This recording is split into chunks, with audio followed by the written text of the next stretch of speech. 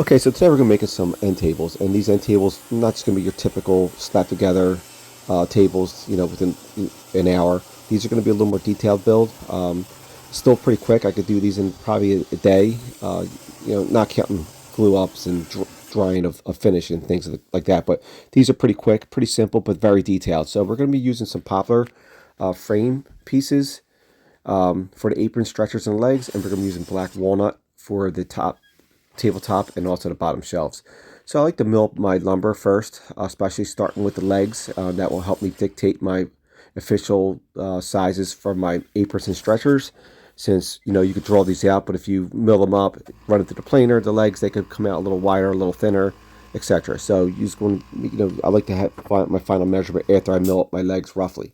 So that's what we're doing here. We're just gonna run everything through the jointer, miter saw to the final lengths, and also through the table saw, get our final widths, and then we'll run everything through the planer, get our final thickness. And it's kind of the same steps, and we'll kind of repeat the steps for different pieces of lumber for this, whether it be the tops, the bottom shelves, or upside down V pieces, or cleats, etc. So everything's kind of milled up for our basic assembly. So these are going to be our legs, our stretchers, and our aprons. So everything's kind of ready to go. We're going to run everything through the planer and get everything final mill up. So let's go.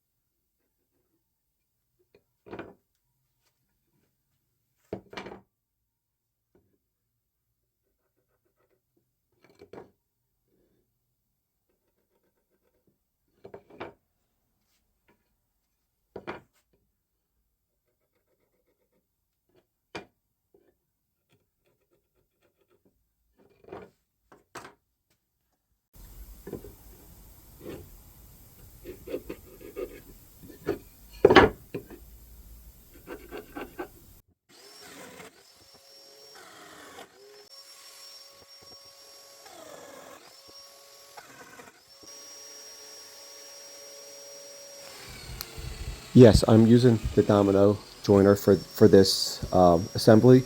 You don't have to do this. You could use pocket screws, dowels, other types of joinery. I'm going to use the domino for this.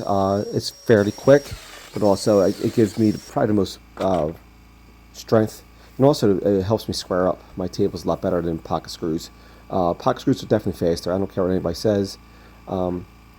But these are good, and it's also a perceived value type thing too.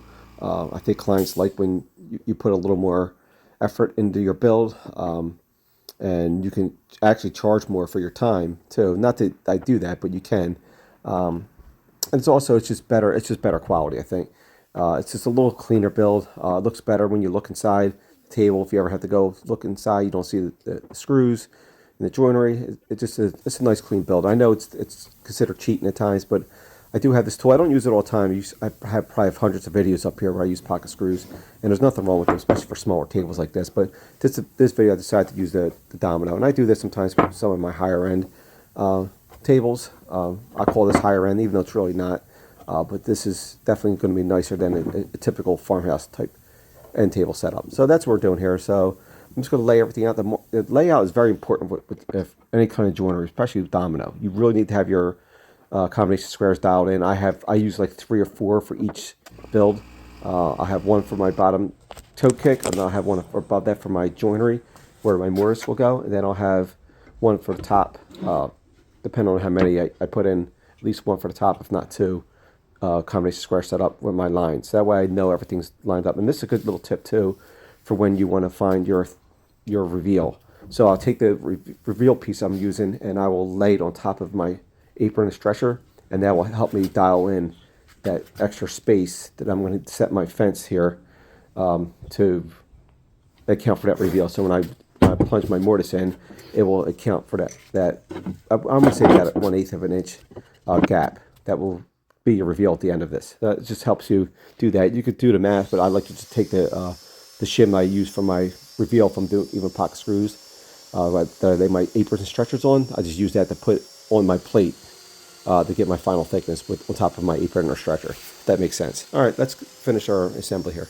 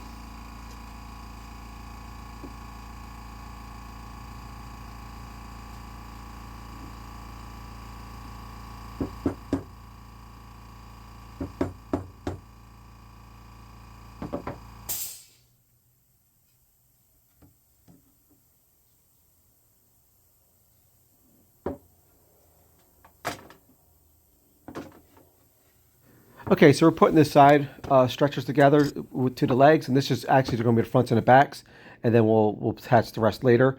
So we're just going to put a nice little clamp pressure on here, not too tight. We're just going to nice little glue squeeze out here, just like we would do on a tabletop.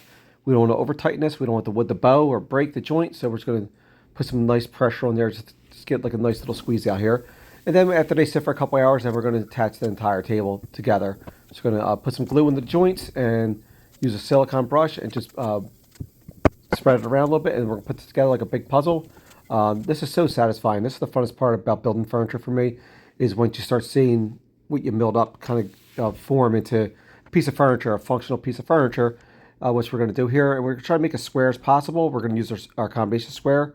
As you saw earlier, make sure our toe kick is at the right height, and we're just going to put this together and tap them in nice and gently. And if we come at a square for any reason, I'll show you later how to fix that if we do it. And that happens. It's pretty common when you put stuff together. That's not always 100% square. But right now we're just checking that the toe kick and the spacing, that it's all correct. We'll just put this together, tap it in with a little mallet, and put some clamp pressure on, not too tight. Get a nice little glue squeeze out, and let them sit for a couple hours. Then we'll move on to the next steps.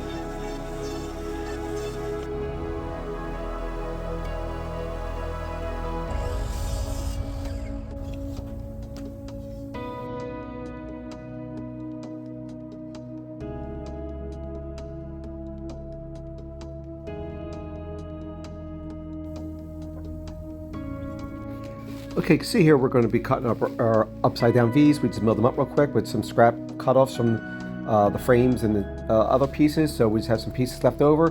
We're just going to trim these up. They're going to be about 1 inch by 3/4 of an inch in dimensions. And they're going to go on top of the bottom aprons and stretchers on the sides of the tables. Just a little accent as you see here. I'm just going to line these up. So we're going to cut 8 of these all together. And these are going to be cut at a 22-degree angle at about 17 inches in height. So we just find the center of the frame top, and then we just kind of eye it up. I like to have like that 1 inch gap in between the upside down V's, so it's kind of almost like a U, just so I have room to brad nail and glue it in easier. So now we're going to move on to the tabletop. So the tabletop we're going to be using is black walnut. This is a 5/4 walnut here. It's a true 5/4. It's actually a little over, so we can have a little room to mill up and still have well over 1 inch in thickness for our top. And the bottom shelf we're going to be using 1 inch 4/4 black walnut, which is a little over 4/4, where I get it from my sawmill. So it's a little thicker generally. So when you get something that's a box store, they say it's 1 inch. It's usually going to be 3/4 of an inch or roughly around that. Where if you go get it at a sawmill, usually it will be actual 1 inch or just over in my case sometimes. So here we're just going to see they're not square. We want to have nice glue seamless joints. So this is very important. I like to run these smaller pieces after I cut them to manageable size through the jointer, get a straight edge on one side and also a straight face if there's any kind of bowing. Most of these were pretty straight. 1 or 2 of them had a little bit of cupping, not cupping, but a little off. So we ran the face through the jointer too. My jointer could take up to about 10 inches, 10.5 inches, I believe, in dimensions, even though it's a benchtop jointer. But it works pretty well for smaller pieces like this. So now we're just going to cut the final dimensions onto the table saw, and then we're going to move on to getting ready to laminate these things. So for the lamination of these, we're going to just get them lined up. They got to be 20 by 20, so they're going to be a little long because we're going to cut down at the end. I usually cut them at about 21 inches.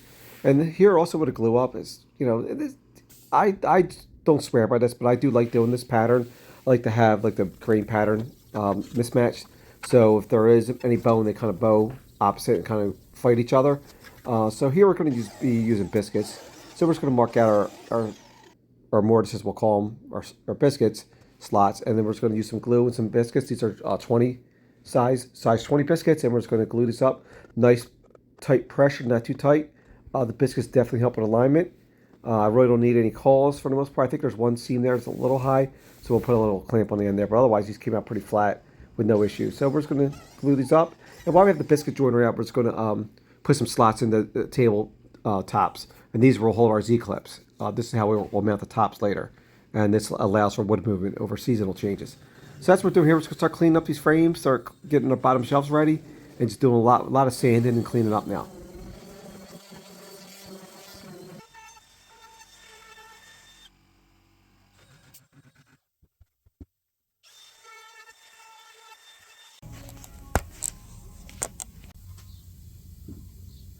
If I wobble here.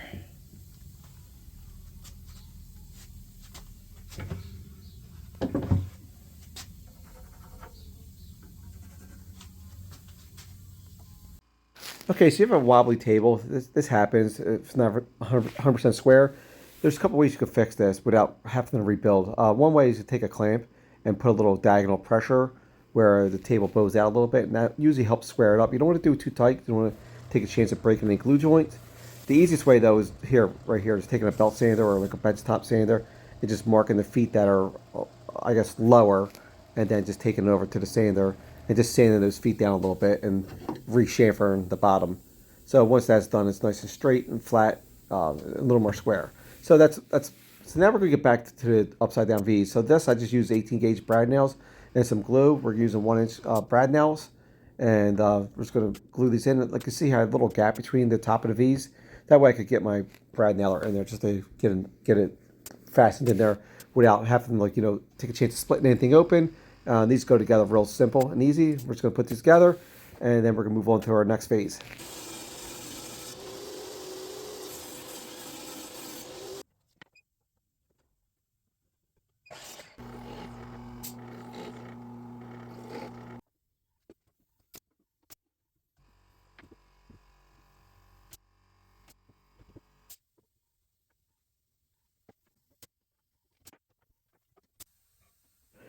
Okay, see here we just milled up some cleats here. And these cleats are going to be holding the bottom shelves in. And I just take a piece of trim that's 1 inch diameter. It's the same thickness of our bottom shelves. And I just use them as my spacer. And then we're just going to brad nail these in with 1.5 inch brad nails. And we also countersink, as you saw, some holes. And we're going to use some trim head screws just to fasten these nice and tight. So now we can move on to setting up the bottom shelves. And this is, like I said, it's going to be 1 inch black walnut, 1 inch thick, and we're going to just mill this up now. And we're going to be putting two pieces in the bottom. We're going to take our Carvex out, and we're going to cut some of this checking off with that. It's not as flat. Then we'll take it over to the miter saw and cut our pieces out. We're going to have two pieces per table. They're going to be about 7 inches in diameter. We're going to mill these up, take the joiner, take them over to the table saw. Same process as for everything else we've built so far today. Now, you can't do this ahead of time, but I like to do as I'm building it, since I know I'll be exact in my measurements, in case something's off. That way I'm not, I don't want to cut something, then find out it's not enough. So if it's too big, that's one thing, but you always want to overcut your joints like we are with our tabletops here. We're going to cut these down with the track saw in a little bit, but right now we're going to do a lot of cleanup now for these tops that we're taking apart. And out of clamps, now we're going to take it over to track saw, and we're going to set up a square here. Make sure for our first cut, we're going to just do one straight cut, and then we're going to measure up to our 20-inch mark, and then do our final cut with the track saw for both tabletops. All right, let's go.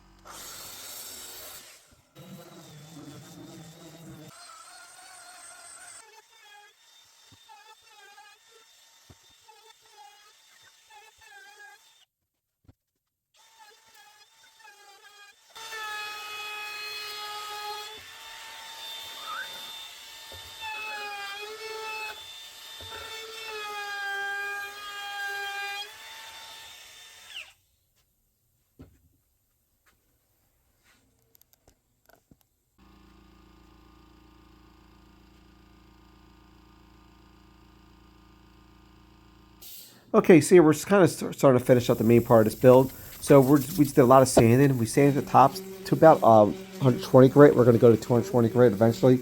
We did also do a water pop. And we're going to sand the frames down to the 120 grit, our final sanding, just to clean up. And so now the bottom shelves and the top, we're just going to be putting some mineral oil on. We did do a water pop earlier and just to raise the grain and do a one sanding before we did this, just to see how it will look. And black walnut looks great when it has that wet look. Just darkens it and brightens the wood up. And we're going to do the frames too. We're just going to put some mineral oil on it, even though we're going to be staining the frames weathered gray. I kind of wish we didn't have to, but this is what the client wants, and the client gets what they want. So these are, I think, beautiful and natural. As you can see here, I love the look of poplar. It's a very underrated wood as far as I'm concerned. But I know it also paints and stains great. And that's what we're doing here. We're just going to start cleaning these up, getting these ready to do a final finish. And this is what they look like natural. I love this look, but like I said, we're going to be staining the frames weathered gray. And it looks good too. We'll get into that next. But now, for the most part, we're almost done. So we're down to the finish line to this. So we're just going to really start cleaning these up and finishing up with some finish. All right, let's go.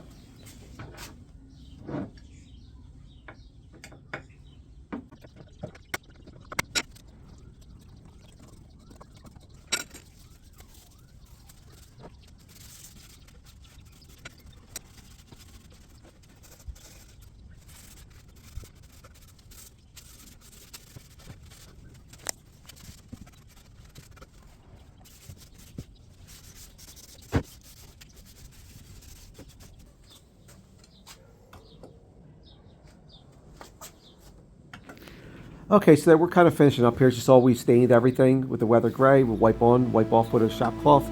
And now we're going to be putting our tops on. And the tops are going to be using a combination square. And we're going to be spacing out about 1.25 all the way around. And then we're going to be, it might be 1.5 inches, I'm sorry. And then we're going to be putting our Z-clips into the slots that we cut out earlier with the biscuit joiner. And we're going to just use a self-centered drill bit, drill them in, drill the holes, and then we're just going to use the impact driver to put the 1-inch screws in, but we're going to not over tighten it. We're just going to put them in to a certain extent, and then we're going to hand tighten with a Phillips head manual driver once we get them fastened in. So that's what we're doing here. We're going to start lining everything up, screw them in, and then we'll start with our bottom shelves, and that's just going to be bottom shelves are pretty simple. We're just going to be using brad nails after we put them in. You can also screw them in on the bottom countersinks, and if they are uneven, I do that if I have any give or any play. But these come out real nice, and they're farmhouse furniture. So the brad nails are more than fine. I just use 1/2 inch brad nails, and we're just going to brad nail these in, make sure they're spaced out correctly. And now we're ready for the finish. So the finish, we're using Osmo, and we're going to be using the Poly-X satin. It's one of my favorite finishes, especially for hardwoods, especially walnuts. So we're just going to be smearing this on. It's almost the same as doing the stains. So we're going to be using our Scotch-Brite pad. We're going to smear it in, rub it into the grain real good. We're going to be doing 2 coats of this. The first coat, we're just going to, like I said, rub it in, and then we're going to wipe it off with the shop cloth, all the excess. After we let it sit for a couple minutes, wipe it off, and then do the same thing after a couple hours. Let it dry. We'll put a second coat on, and that's really about it. These are pretty much done. These come out really nice. I love black walnut, especially with like stained furniture, or rather be gray or even natural. As long as the colors contrast, I think it looks really good. I have these in this beach houses. You know, they seem to be popular in the beach houses, especially the grays and the walnuts, or grays and white, seem to be really popular. Even blues. These tables are going to be going to North Carolina. You know, I'm based out of Pennsylvania, but we do a lot of work up and down the East Coast, and we're going to be making a trip down. And I'll try to bang out as many things I can from North Carolina, bring them with me, and we'll take these down. Then I'll find our new home, hopefully on a nice beach, and that's about it. These came out real nice. It was fun making these. If you have any questions, let me know, and thanks for watching.